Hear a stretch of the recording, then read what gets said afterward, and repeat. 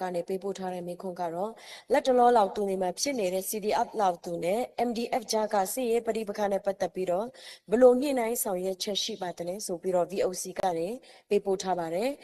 ဆက်လက်ပြီးတော့ချင်းဝေါ်သတင်းမီဒီယာကနေပေးပို့ထားတဲ့မိခွန်းကတော့ချင်းပြည်နယ်မှာလက်နက်ကိုင်အဖွဲ့အစည်းและအရန်များတော့ဒီကိစ္စနဲ့ပတ်သက်ပြီးချင်းလင်းကောင်စီအနေနဲ့ဘလို့ထည့်သွင်းစဉ်းစားပါတယ်နောက်ပြီးချင်းလင်းကောင်စီအဖွဲ့ဝင်ချင်းဒေတာကကွယ်ရေးလောက်သူနဲ့ချင်းငင်အောင်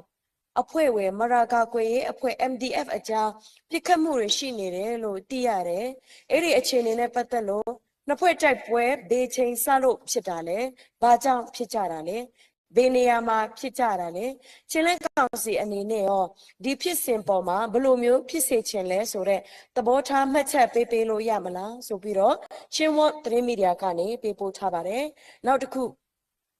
မြန်မာနောက်သတင်းမီဒီယာကနေပေးပို့ထားတဲ့မိခွန်းကတော့ပြီးခဲ့တဲ့လတုန်းကတီးတင်မြို့နယ်ကို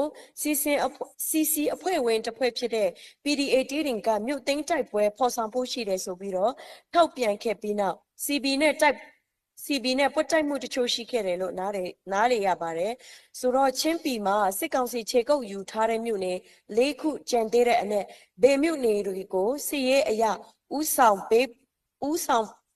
ဖော်ဆောင်သွားဖို့ရှိပါတယ်။ကျန်နေတဲ့မြို့နယ်တွေကိုတိုက်ခိုက်ရမှာ CC နဲ့ CB ပူးပေါင်းဆောင်ရွက်ဖို့ရှိပါသလားဆိုတဲ့မေးခွန်းကိုမြန်မာနောက်ကနေပေးပို့ထားတာဖြစ်ပါတယ်။ဒီမေးခွန်းကိုဖြေကြားပေးဖို့ရန်အတွက်စလိုက် technique ကိုပဲဖိတ်ခေါ်ပါတယ်ရှင်။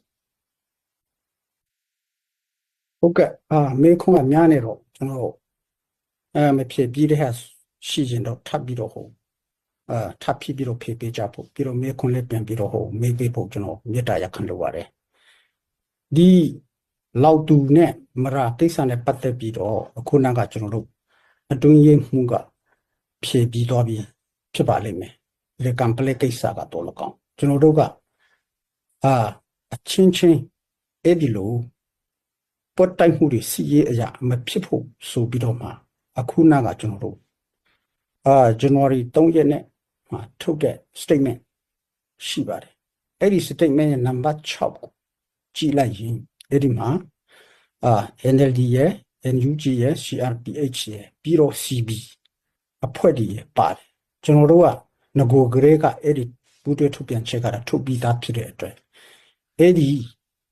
statement ထက်က number 6ကိုလိုက်နာနိုင်ရင်တော့အားလုံးကရှင်းသွားမယ့်ကိစ္စဖြစ်ပါတယ်ပြောချင်တာကတော့ဒီနေ့ဒီချိန်မှာသူ့နေကိုနေဆိုတာမျိုးအငြင်းပွားမှုမဖြစ်ဘူးအဲ့ဒါရန်သူအတွက်တည်င်းကောင်းလုပ်တယ်လို့ဖြစ်သွားမှလေကျွန်တော်တို့စိုးရတယ်ဆိုတော့ကျွန်တော်တို့အတွင်းထဲမှာစီးလုံးငြိမ်ညွတ်ဖို့လိုတယ်ဆိုတော့ကျွန်တော်တို့အမြဲတမ်းပြောနေတာတွစ်ဆုံရေးလမ်းကြောင်းကိုလည်းကျွန်တော်တို့အမြဲတမ်းဖွင့်နေတာဖြစ်ပါတယ်ဒီအခုနေမြေကိစ္စပြဿနာကစီရဲနဲ့မဖြစ်ရှင်းပဲနဲ့ကျွန်တော်တို့စပွဲပေါ်မှာငင်းချမ်းစွာနဲ့ဖြည့်ရှင်းဖို့ဆိုပြီးတော့အတတ်နိုင်ဆုံးစူးစမ်းနေတာကိုအခုနကအတွင်းမှုကပျော့ပြီး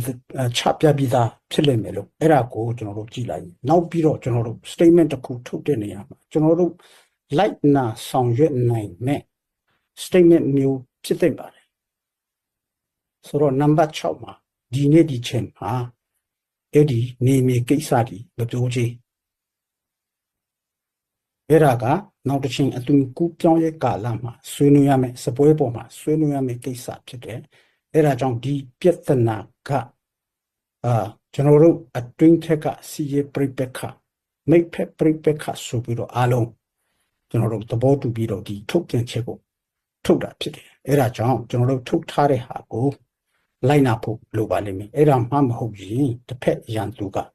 လက်ခုပ်တီးစရာဝန်တာစရာဖြစ်သွားပါလိမ့်မယ်ဆိုတော့ကျွန်တော်တို့အနေနဲ့ပြောချင်တာကပူပေါင်းရေးလမ်းကြောင်းတောင်မဟုတ်တော့ဘဲနဲ့ကျွန်တော်တို့ဒီနေ့ဒီချိန်မှာလက်တွေ့ချင်းပြည်ချင်းလက်တီဆောက်ဖို့အမျိုးသားတီဆောက်ဖို့လက်တွေ့ကြကြကျွန်တော်တို့အကောင့်ထဲပေါ်ရတော့မယ်အချိန်ဖြစ်ပါတယ်ကျွန်တော်တို့ data တစ်ခုတည်းတစ်ဖွဲ့နဲ့တစ်ဖွဲ့